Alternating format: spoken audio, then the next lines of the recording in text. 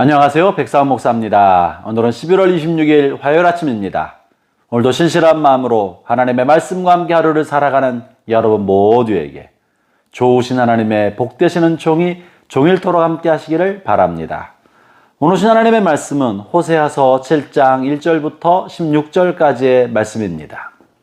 의사가 환자들을 고치려고 할 때 반드시 의사는 환자가 어디가 아픈지, 아픈 부분은 어떤 모양을 하고 있는지 환부를 반드시 보아야 합니다.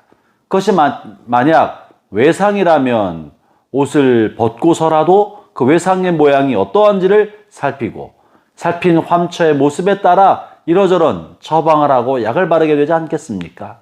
눈으로 보이지 않는 내상이면 그러면 엑스레이나 혹은 MRI나 CT를 통해서 내면에 있는 질병에 관한 모습을 보려고 들여다보게 마련인 것입니다. 환부를 정확히 보지 아니하고 병을 고칠 수는 없을 거예요. 마치 하나님께서도 우리가 죄악으로 말미암아 우리 영혼이 병들었을 때 먼저 하나님 우리를 고치시기 위하여 환부를 드러내십니다. 어떤 모양인지 무엇 때문에 그랬는지 환자 자신도, 다시 말하면 죄악의 병에 빠져있는 그 사람도 자신의 문제가 무엇인지 알 수 있을 정도로 알도록 환부를 드러내시는 것입니다. 그리고 나서 그곳을 치료하시는 것이죠. 그런데 환자나 우리가 교만하여져서 우리가 아무런 질병이 없다고 생각한다면 그는 결코 고침받지 못할 것입니다. 오늘 본문에 보면 하나님께서 죄악으로 말미암아 병들어 있는 이스라엘을 고치려고 하시는데 그들이 고침받지 못해서 마침내 이스라엘 나라가 패망하게 되는 이야기를 이야기해 주고 있습니다. 하나님이 고치려고 하시고 치료하러 하시는데 무슨 일이 있었기 때문에 치료가 안 되었을까요? 오늘 본문 1절과 2절의 말씀을 제가 읽어보겠습니다. 내가 이스라엘을 치료하려 할 때 에브라임의 죄와 사마리아의 악이 드러나도다. 그들은 거짓을 행하며 안으로 들어가 도둑질하고 밖으로 떼지어 노략질하며 내가 모든 악을 기억하였음을 그들이 마음에 생각하지 아니하거니와 이제 그들의 행위가 그들을 에워싸고 내 얼굴 앞에 있도다.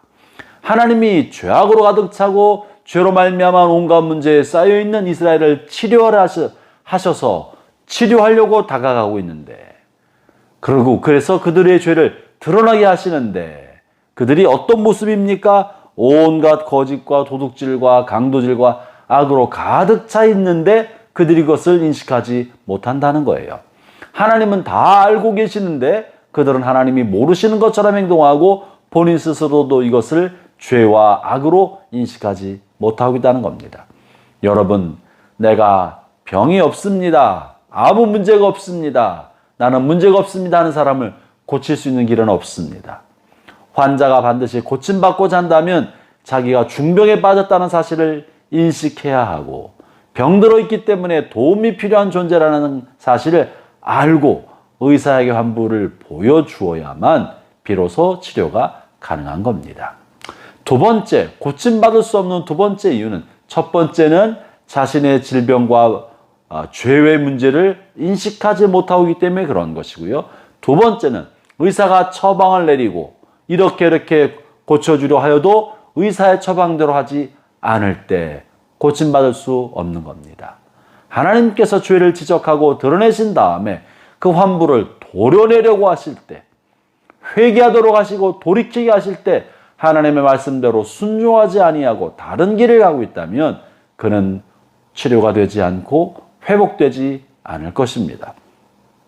오늘 본문에 보면 주님은 이것을 교만이라고 말하면서 이스라엘이 그러한다고 말씀하시는데요. 10절을 읽어보죠.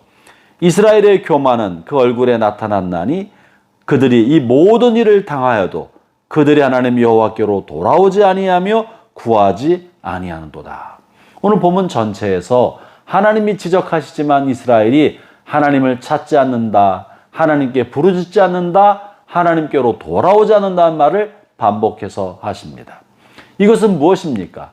하나님 앞에 범죄하고 죄를 지고 악을 행하였지만 그것 때문에 기근이 생기고 질병이 생기고 사건 사고가 생기고 반역과 역모가 끝없이 반복되지만 하나님을 향하여 부르짖거나 하나님께로 고쳐달라고 하나님께 나오지 않는다는 거예요.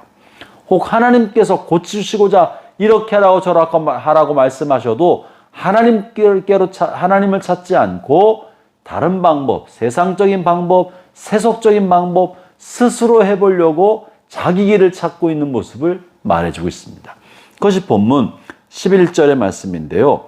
에브라임은 어리석은 비둘기같이 지혜가 없어서 애굽을 향하여 부르짖으며 아수르로 가는도다.